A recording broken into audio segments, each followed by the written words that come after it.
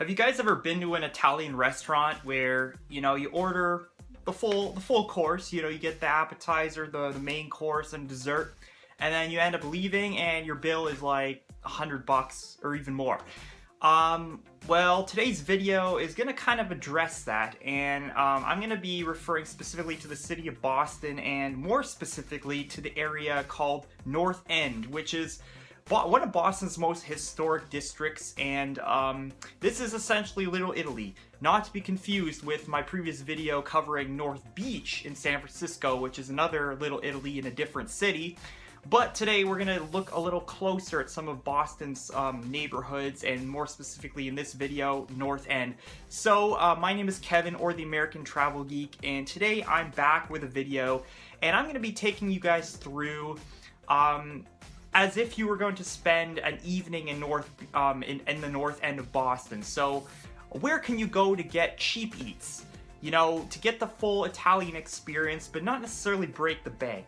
So everything I'm going to cover in this video, I don't have the exact prices as they're not listed online, but for my estimation, and I can give you pretty high certainty in this estimation, none of these particular places are going to cost you more than $10 USD in terms of each place individually. So I'm going to walk you through 3 different places today, and let's get right into the video. And before we jump in, I'd just like to remind you guys to please hit the subscribe button and click the bell beside it to be notified whenever I release a new video. I'm going to be pumping out very similar videos on other US destinations, so if you want the best tips and food and recommendations, this channel is the place to be. So to give you guys a backstory, me and my 2 friends, we were in Boston, and one of our key activities throughout the trip was going to pubs and pub hopping, because there's a lot of great historic pubs in Boston. But by the end of the trip, the day before we left, we were completely tired of beers and going to bars, and we just did not want to drink your stereotypical alcohol. So we wanted to mix things up a bit, and we were looking for a late night cafe that was open. And I gotta admit, as we were sitting in the hotel lobby of, I think, the Omni Parker Hotel, we had a really hard time finding a cafe to go to, but we finally settled on one. And this is called Caffe Vittoria in the North End, and this is where you can start your night journey. And I believe this cafe on weekends is open till midnight, so that's very rare for a cafe, but this functions more as a nighttime cafe where they serve alcoholic coffee beverages and stuff. So it was literally a perfect destination that we could go to. So I ended up ordering what was called the Caffe Vittoria, and I believe it had brandy, Kahlua, and tiramisu liqueur in it, which is a nice combination, I must admit, and I recommend trying that. But the atmosphere was just really, really good, and in a lot of other cities I've been to, it's very rare to get that hustling and bustling atmosphere in a particular area in the city on any particular day when it gets later at night. So this area is a great place to spend a night, and I really enjoyed it, and yeah.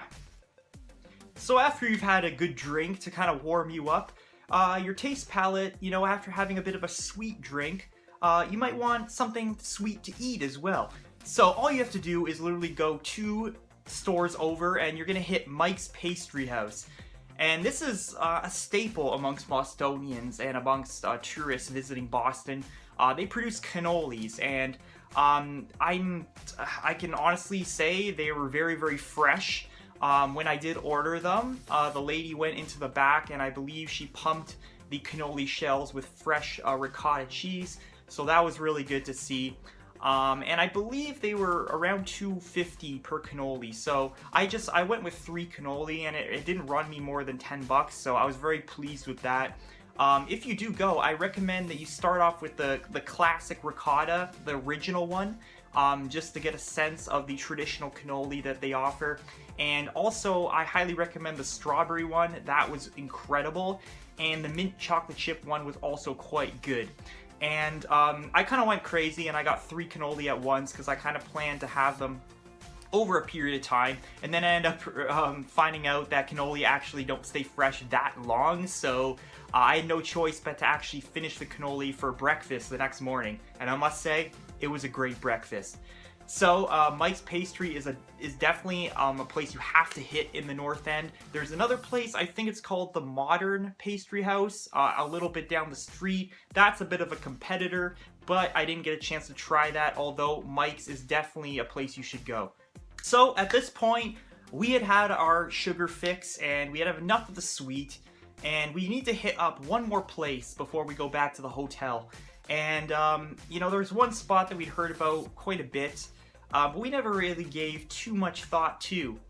And that is going for a slice at Regina Pizzeria. Regina Pizzeria is a North End staple as well.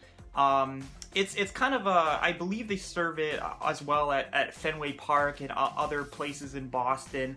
It's kind of like Boston's slice, or Boston's cheap slice. So we had to check it out, at least to just go for a quick slice. I wasn't too hungry, but I was like, why not? So we went in, bit strange, but the guy was like, oh, well, why are you guys here? How can we help you? He seemed a bit confused that we had stepped in. I'm not sure why, so that was kind of weird, but that aside, we did order a pepperoni slice, each of us, and my friends were kind of, they thought it was an average pizza slice, but me personally, I actually really enjoyed the slice. I thought it was had a quite unique taste. The pepperoni are kind of, they're a little smaller, and they're very circular, like, not that other pepperoni aren't circular, but this one had a very defined circular pattern. And I think what I really liked about it was, I don't think it was the dough, but I think it was the sauce. Something about the sauce was very, very good. So I ended up just getting it to go. I brought it back to the hotel, and I really enjoyed my slice of pizza. I don't think it was more than $4. They will give you slices on demand if you'd like. So definitely Regina Pizzeria is a great place to finish up the evening. So if you're in the North End of Boston and you're looking for cheap eats, this is kind of your starter formula. 3 great places to go and spend an evening. On top of that, there's so many great historic restaurants in the North End of Boston, and I can probably cover those in other videos. But for this video, I started you off with 3 great suggestions.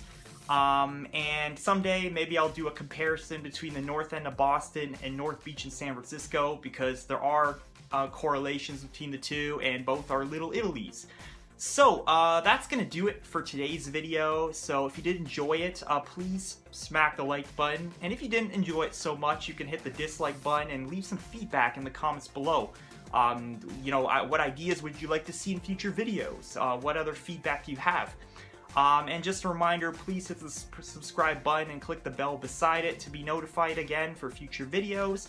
And of course, I also have a blog where I write articles that go along with these videos, and you can find that blog at americantravelgeek.com. The link will be in the description to the blog article for this video.